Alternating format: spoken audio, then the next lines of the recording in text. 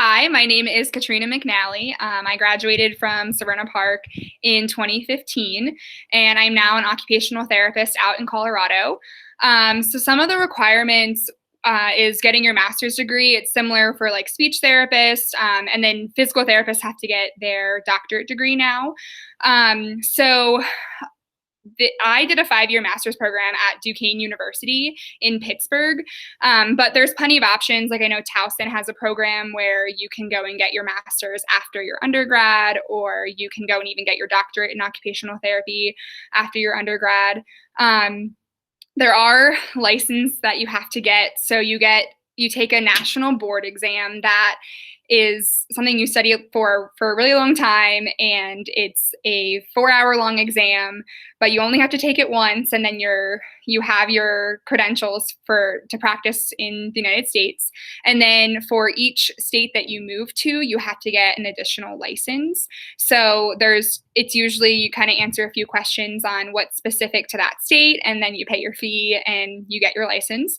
Let's see these other questions. I think that this field is a really cool field to go into because you can work with people in hospitals, you can work with people in clinics where they just come to see you, like, a typical physical therapist where you have an injury.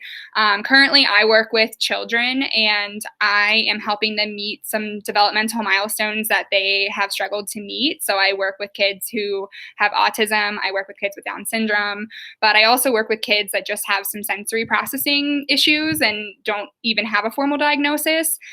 We also have a lot of kids who have ADHD, and we work with kiddos in social groups as well, which is a really unique thing about my clinic. But it's really cool because there's physical therapists, occupational therapists, and speech therapists all in the same clinic. And that's not super common for an outpatient clinic, but it is something that you would see in the hospital setting. So another thing that I did for my field work, which is part of your training in school, you have to do 3-month long internships, and they're unpaid, but everyone has to do them, and you learn a lot on the job.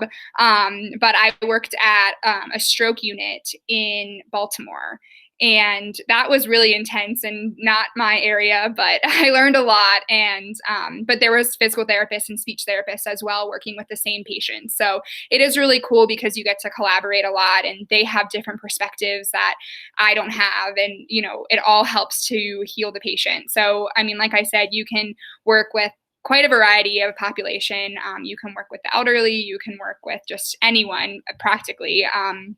We work a lot on getting people back to their function. So whether they're born with a diagnosis, or if they've had an injury, you work with both populations. So someone who was born with a diagnosis, they may have never met certain milestones, or they may just have a lifelong delay. And so you're working on creating as much independence as possible for those people.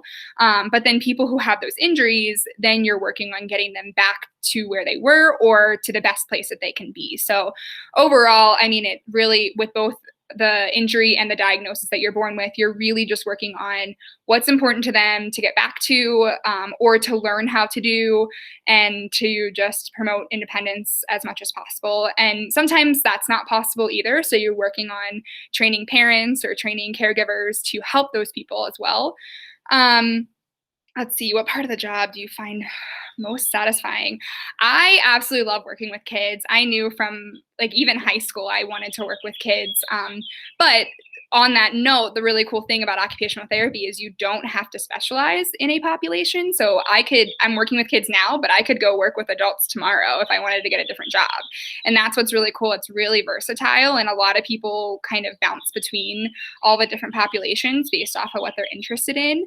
But it can be really challenging because I work with a lot of kids who have behavioral problems. And so from a day-to-day basis, I don't know if I'm going to get hit or my hair pulled or, things like that. Like, it's pretty crazy what happens. But I have a lot of supportive coworkers, which has been really helpful.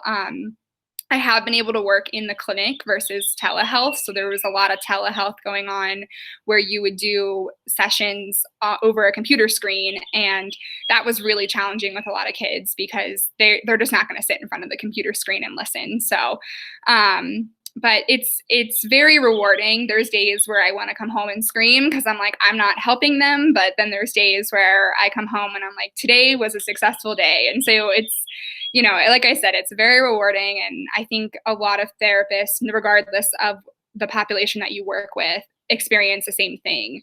And if you don't experience that, then you find the next population to work with, and, you continue to just figure out what your niche is.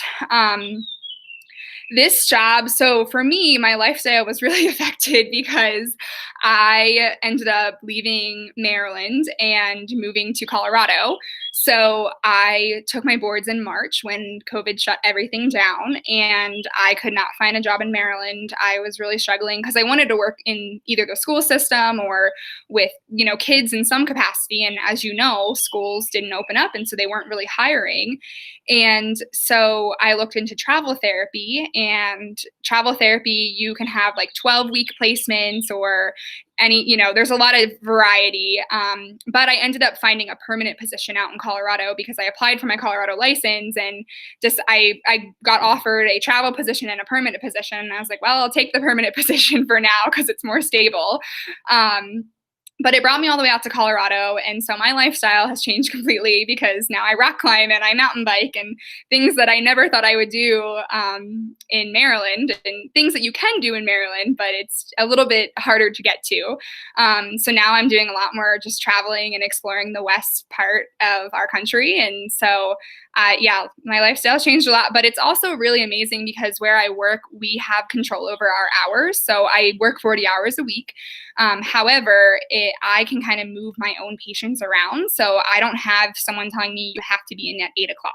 So like, for example, right now I'm talking to you and I don't have a patient for 40 more minutes. So I, am able to kind of move my schedule around, and I usually let myself like go to the gym or like bike in the morning before I go into work. So I work later hours, but it all kind of works out. And it's really, really nice that we have control over our schedule. And then I don't work on weekends because some therapists, if there's a stroke unit, for example, like those patients need treatment 7 days a week. And so there are definitely situations where you have to work, like especially those hospital settings where people are in more critical care, that you do have to work 7 days a week. Whereas my kiddos get a break on the weekends, so which is nice because I do too. And then let's see. So it's actually kind of interesting with the question about the economy. This town is basically healthcare run. So there's not a lot of other big industries in this town. So where I live, it's Western Colorado. There was a lot of gas and oil, and there's no longer gas and oil that they're drilling. So there was a huge kind of tank in our economy out here. And the hospital that I work for is a critical access care hospital, which means that they have different rules with the government. So Medicaid and Medicare, there's different rules and there's different regulations, and they're a lot looser because we used to be the only hospital between Denver and Salt Lake City, Utah. So we have a lot of kind of leniency with what we're able to do. So like I work for an outpatient clinic, which usually cannot be a part of a hospital, but it's allowed to be part of a hospital because that's the only way it would be able to, actually happen, and their services would actually be available for kids. So out in my town, the economy is greatly affected by the company that I work for. And they're almost a monopoly because they own like all the assisted livings, any healthcare facility, all the doctor's offices, almost everything is owned by this one company.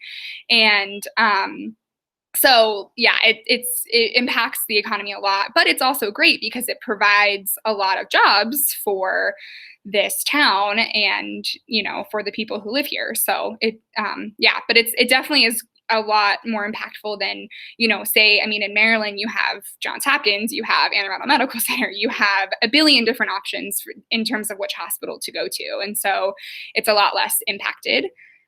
And then there are some changes that are happening in my field. So I kind of mentioned that I got my master's degree and you can also get your doctorate degree. So there was a mandate that got voted down at the national conference in 2019, I believe it was. The national committee met for occupational therapy, and they wanted to push it forward so that you could only get your doctorate. The master's would no longer be good enough, and I would have been grandfathered in because I was already graduating, and it wouldn't have taken effect to like 2024 or something like that. But they did vote down the mandate, so that is no longer, you can still get your master's. However, a lot of colleges preemptively kind of changed their programs over to doctorate programs. So I actually think Towson, the last I had heard, they were kind of letting the kids finish out their master's programs, but they weren't offering it anymore. They were only going to offer the doctorate. So that might be a challenge that you face. I know one of the rehab aides that work at my clinic, she's currently looking to get her degree in occupational therapy, and she was having a really hard time finding master's programs. So I do know Duquesne University in Pittsburgh is still continuing on with their master's. So that is exciting because, there was a big argument with insurance companies if, we needed our doctorate, if, because getting that extra degree and that extra education they thought would maybe make it more science based and we could prove what we were doing worked. And, it was a big argument. But I think ultimately it can slow some people down from pursuing that career and pursuing that field because you already have to have a master's. Whereas teachers, you can go into teaching with just a 4-year degree and later on get your master's. And so it kind of I think it would put up a barrier.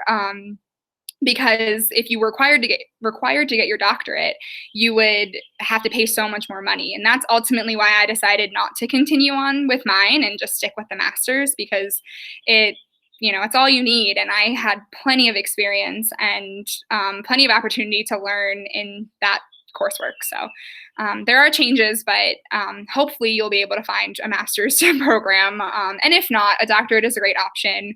You'll still learn a lot, but definitely look into the 5-year programs if you are really interested in this career because I really lucked out. I had to go through 2 summers of college, which that's not the best part of it, but I was able to finish my master's in 5 years versus 6. And so I think in the long run, it saved some money and it saved me some time and I was able to start working sooner. So if you are definitely interested, I think it's a great option and it's a little bit more intense, but you usually have a great group of people that you go through school with that help you through and it's an awesome experience. So